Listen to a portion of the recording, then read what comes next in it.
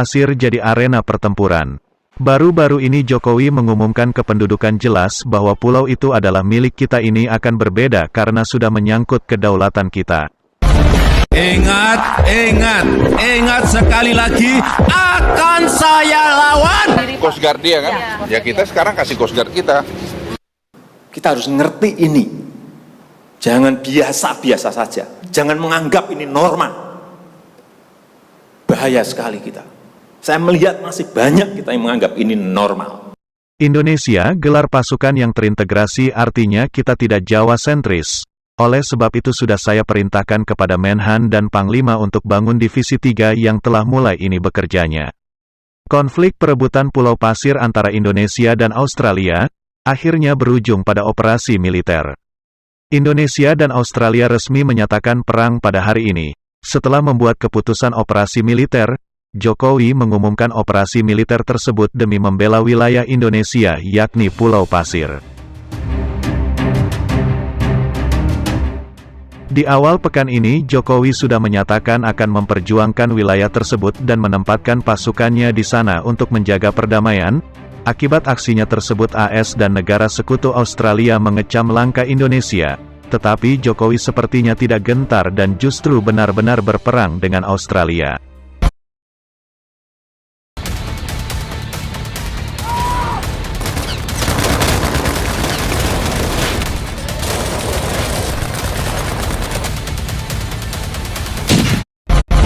Ingat, ingat, ingat sekali lagi, akan saya lawan. Pasca pengumuman tersebut, tentara Indonesia bergerak ke perbatasan dekat Pulau Pasir NTT. AS sejauh-jauh hari sebenarnya sudah mengirimkan pasukannya ke Australia. Perdana Menteri Australia Anthony Albanese bahkan mengatakan Indonesia sedang merencanakan perang dahsyat di Asia. Bukti menunjukkan Indonesia merencanakan perang di Asia dan akan menjadi yang terbesar, kata Albanese dalam wawancaranya dengan BBC pada minggu lalu. Semua tanda menunjukkan rencana tersebut sudah dimulai sejak awal sengketa Pulau Pasir. Intelijen menunjukkan Indonesia akan memulai perang dan mengirimkan pasukan dalam jumlah besar ke perbatasan Australia tersebut. Amerika memutuskan untuk mengambil langkah lanjutan terkait rencana serangan Indonesia ke wilayah Australia. Amerika Serikat itu akan mengadakan pertemuan darurat hari ini dengan Perdana Menteri Australia Anthony Albanese. Mengutip dari beberapa sumber, rapat itu sendiri diharapkan akan menghasilkan keputusan mengenai tindakan lanjutan atas rencana serangan Indonesia ini.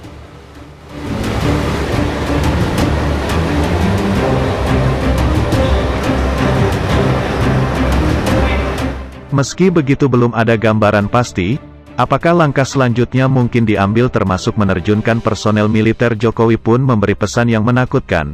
Saya punya beberapa kata untuk mereka yang merasa perlu ikut campur. Siapapun yang mencoba menghalangi kami, apalagi menciptakan ancaman bagi negara dan rakyat dan wilayah kami, harus tahu bahwa Indonesia akan melawan dengan cara apapun, tegasnya, sebagaimana dikutip ABC News.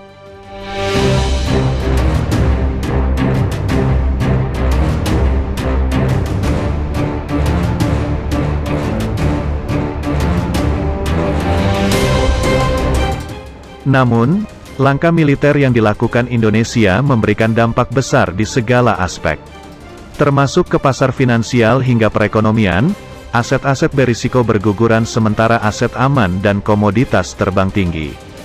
Indonesia mengancam Perang Dunia III langsung pecah jika Australia terus usik kedaulatan NKRI. Ancaman tersebut dilontarkan Menhan Indonesia Prabowo Subianto pada Kamis, beberapa jam setelah Presiden Indonesia Joko Widodo mengumumkan pengerahan pasukan ke perbatasan dekat Pulau Pasir. Perdana Menteri Australia Anthony Albanese langsung meminta bantuan ke Amerika. Permintaan Albanese tersebut segera terwujud, karena Amerika sudah mengirim pasukannya dan senjata sebelum Australia mengirimkannya. Permintaan Albanese tersebut segera terwujud karena Amerika sudah mengirim pasukan dan senjata sebelum Australia memintanya. Prabowo menggandakan dia merasa permintaan bantuan Australia ke Amerika adalah langkah yang bisa memperluas konflik.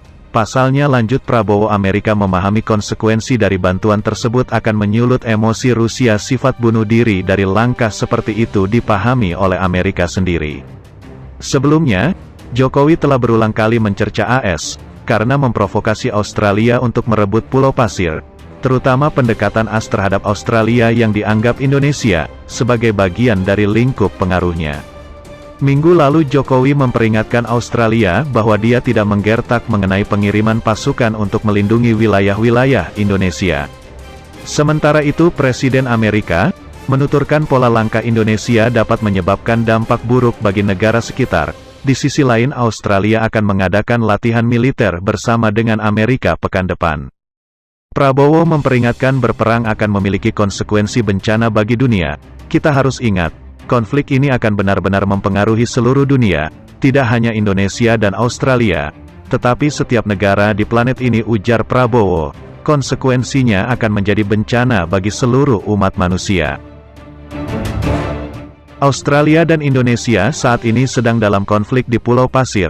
Bahkan Amerika baru-baru ini mengirimkan pasukan dan alutsista untuk menyerang dan merebut Pulau Pasir dari Indonesia. Jika suatu waktu Australia dan Amerika Serikat menyerang Indonesia, diprediksi ada beberapa negara yang siap membantu Indonesia.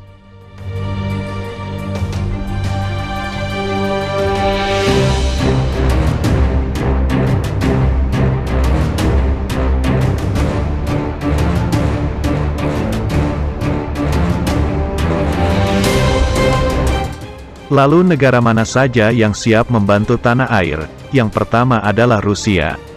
Rusia merupakan negara yang siap membantu Indonesia jika diserang Australia dan sekutu. Hal ini, karena Rusia merupakan sahabat dari Indonesia. Hubungan diplomatik antar kedua negara tersebut sudah terjalin lama sejak zaman Presiden Soekarno. Setelah itu sudah bukan jadi rahasia umum jika Amerika yang ada di belakang Australia merupakan musuh Rusia dalam hal politik dan militer. Namun hal paling menarik, baru-baru ini dikabarkan oleh anggota Komisi 1 DPR RI Maijen TNI, Purn, TB Hasanuddin angkat bicara soal Pulau Pasir yang diklaim milik Australia. TB Hasanuddin menegaskan sebagai negara yang berprinsip politik luar negeri bebas aktif, Indonesia harus selalu berpegang pada norma dan hukum internasional. Terkait perdebatan soal klaim Pulau Pasir, dalam perjanjian Perth 1997, Perth Treaty, yang mengadopsi prinsip UNCLOS 1982, Indonesia dan Australia telah menyepakati batas maritim di Laut Timor, kata TB Hasanuddin kepada wartawan, Selasa, tanggal 1 November tahun 2022.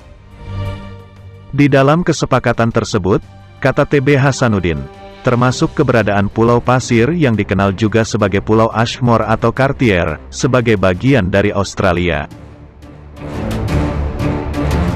Meskipun perjanjian Perth hingga sekarang belum kita ratifikasi, namun sudah menjadi norma internasional yang harus kita hormati, ujarnya.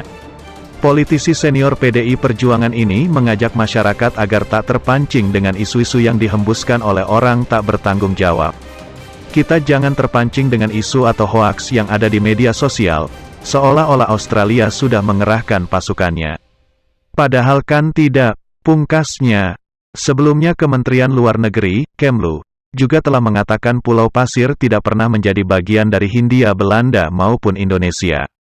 Jadi wilayah NKRI berdasarkan hukum internasional yang kita sebut asas uti possidetis juris adalah bekas wilayah Hindia Belanda dan dalam konteks ini Pulau Pasir atau Ashmore tidak pernah menjadi bagian dari wilayah Hindia Belanda. Ketika Indonesia merdeka, Ashmore tidak pernah menjadi bagian dari wilayah NKRI, kata Direktur Jenderal Hukum dan Perjanjian Internasional Amri Jinangkung.